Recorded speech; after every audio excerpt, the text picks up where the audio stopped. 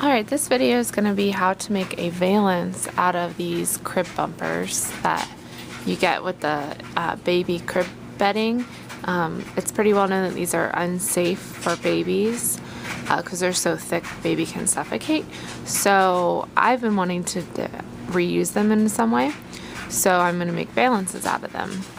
Now what you have to do that is you have to take out the stitching here and remove all of the interior part, and you'll end up separating. See, there's two different sides to this, so you'll end up separating them. I have two of these now and two of these, and I cut them to the length that fit my window. So the first step would be to remove the ribbing part, and then the inside the padded area. So you just do that by going through and just removing the stitches, pulling it apart, and removing it. Then you also want to find a contrast or a color that matches well with the color scheme in the curtain to be the part that the curtain rod will go through. Basically, we're going to have a part on the top and a part on the bottom. For me, I'm doing this green color. That's the first step.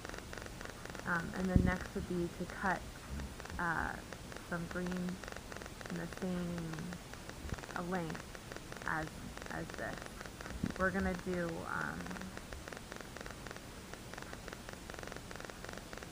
yeah, so that's the next part. So I'll show you the drawing that I'm doing when we cut. Okay, so I need over here, I want it to be 1 inch visible on the top, 1.5 here for the bar, and then just 2.5 here on the bottom, so it looks similar in the height of the green fabric. And then, so I want it to be 1 inch on the top, so I need that front and back, so that'll be 2 inches. And then I want it to be visible at 1.5 inches on the bottom, but so I need an extra 1/4 inch for the seam allowance.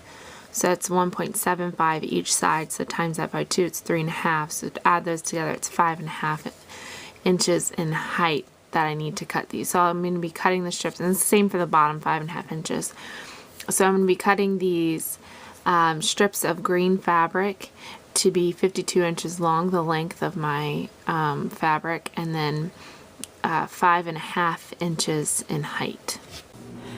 After you've ironed your fabrics, then you need to lay out the bumper fabric right side up on the ground or a table or wherever, and then lay the contrasting fabric on top of it, matching up the edges. Now mine doesn't have right side or wrong side, but if you have right side and wrong side, then you need to put the right sides together.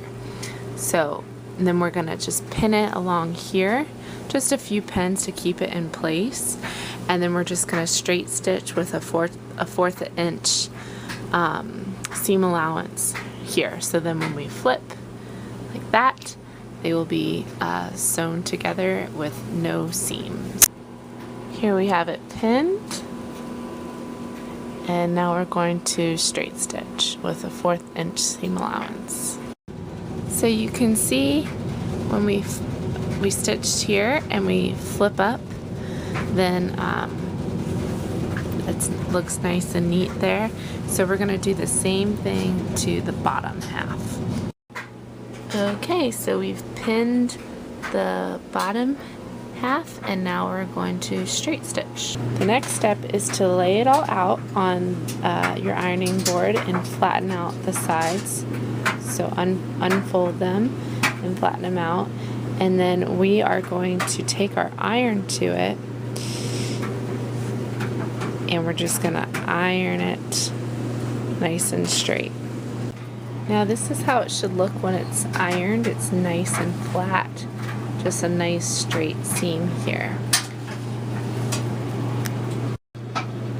Moving on to the next step, we're going to flip it over so that we're at the wrong side, and we're going to hem up the edges. Now if the edge is extremely uneven, you can trim it.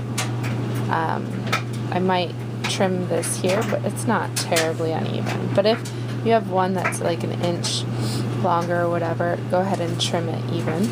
And then we're just going to fold a 1/4 inch and then a 1/4 inch again.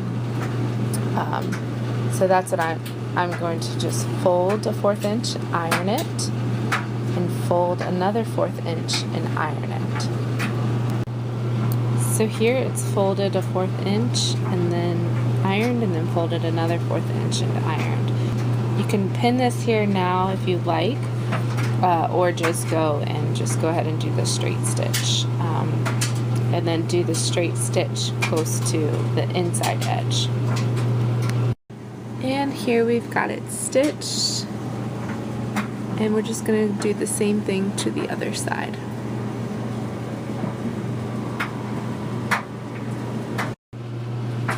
Now that we've got both the sides hemmed, we're going to work on the top portion, which would be the part where the curtain rod would go through. So we're going to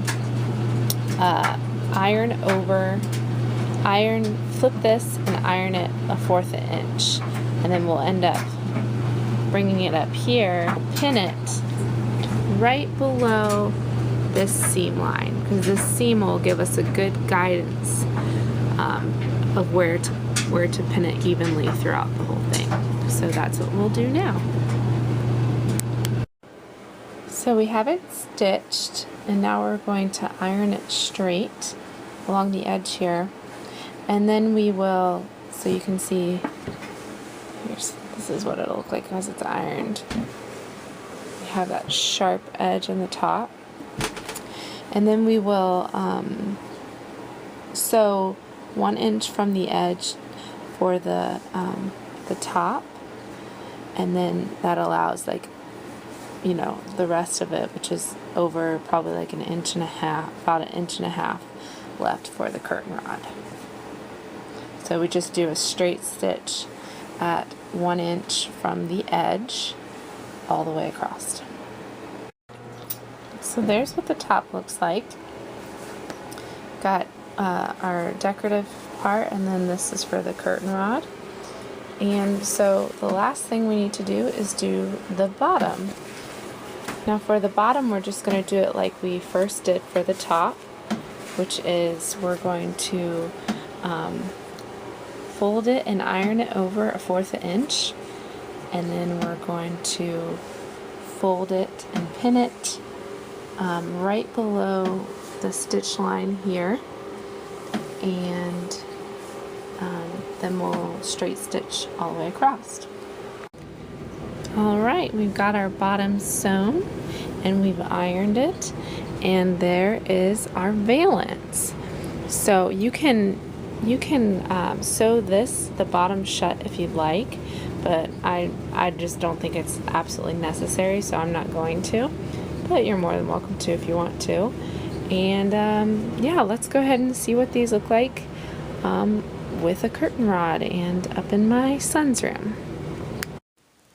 So here's what the valances look like up on the wall, and we've got, or up on the window.